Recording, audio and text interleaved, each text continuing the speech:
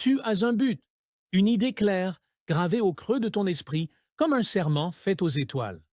Mais devant toi, l'horizon semble infranchissable.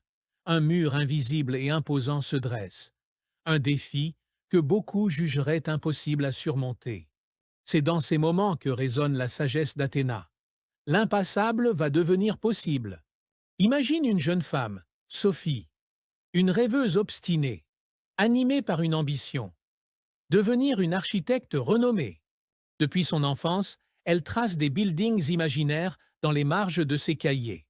Mais Sophie vit dans un petit village où tout semble figé.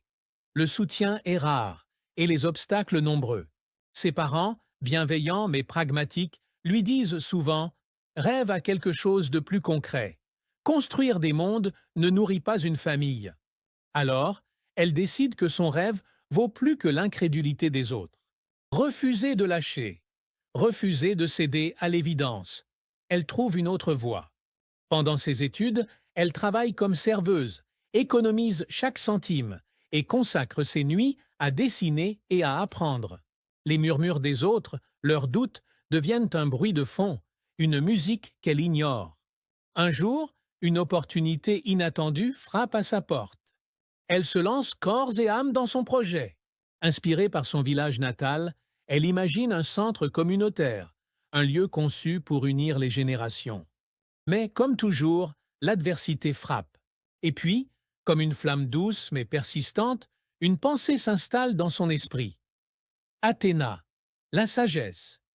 Imagine une jeune femme, Sophie, une rêveuse obstinée, animée par une ambition, devenir une architecte renommée. Depuis son enfance, elle trace des buildings imaginaires dans les marges de ses cahiers. Elle veut concevoir plus qu'un édifice. Elle veut bâtir des merveilles, des symboles que les générations futures contempleront. Mais Sophie vit dans un petit village où tout semble figé. Le soutien est rare et les obstacles nombreux. Ses parents, bienveillants mais pragmatiques, lui disent souvent « Rêve à quelque chose de plus concret. Construire des mondes ne nourrit pas une famille. » Certains de ses amis sourient gentiment à ses idées, mais leurs regards trahissent leur scepticisme. Alors, elle décide que son rêve vaut plus que l'incrédulité des autres. Elle prépare ses plans, elle fait ses recherches. Mais lorsqu'elle postule dans une prestigieuse école d'architecture à Paris, elle reçoit une réponse. Refusée. Son dossier est jugé insuffisant, son expérience trop limitée. La déception lui brûle le cœur, mais elle se rappelle de cette pensée. L'impassable va devenir possible. Refuser de lâcher. Elle trouve une autre voie. Sophie décide de se former dans une école locale, une institution qui n'a pas la renommée de celle des grandes villes, mais qui lui permettra de poser les premières pierres de sa carrière. Pendant ses études, elle travaille comme serveuse, économise chaque centime et consacre ses nuits à dessiner et à apprendre. Les murmures des autres, leurs doutes, deviennent un bruit de fond, une musique qu'elle ignore. Un jour, une opportunité inattendue frappe à sa porte.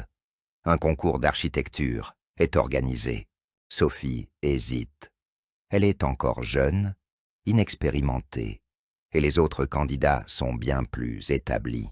Mais elle se dit que ce moment est une chance de prouver non pas aux autres, mais à elle-même qu'elle est capable. Elle se lance corps et âme dans son projet.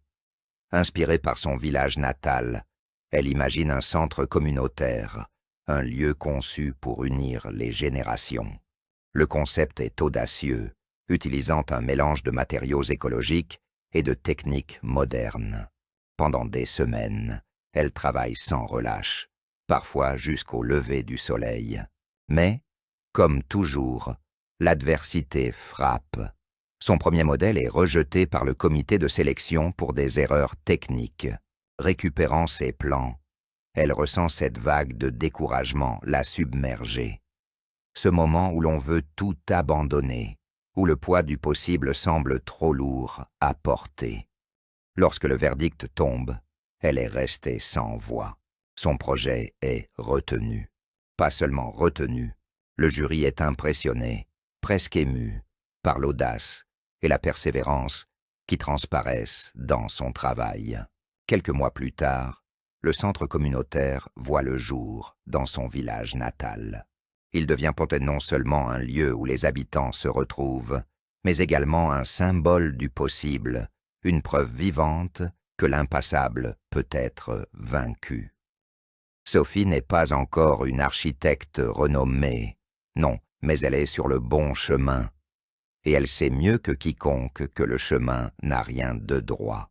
C'est une série d'essais, d'erreurs, et surtout de petites victoires qui construisent une grande réussite. Parce qu'au fond, ce n'est pas le résultat qui compte, mais la force qu'on trouve en soi, en chemin. Toi, qui écoutes ce récit, que vas-tu faire de ton rêve? Les obstacles surgiront, les doutes s'installeront, mais souviens-toi, comme Sophie l'a fait, de la sagesse d'Athéna. L'impassable va devenir possible. Chaque pas, chaque effort, chaque moment où tu choisis d'avancer, plutôt que de reculer, est une preuve de ton courage. Alors, prends une grande inspiration. Le mur devant toi. Ce n'est pas un mur, c'est une porte encore fermée, et tu as la clé.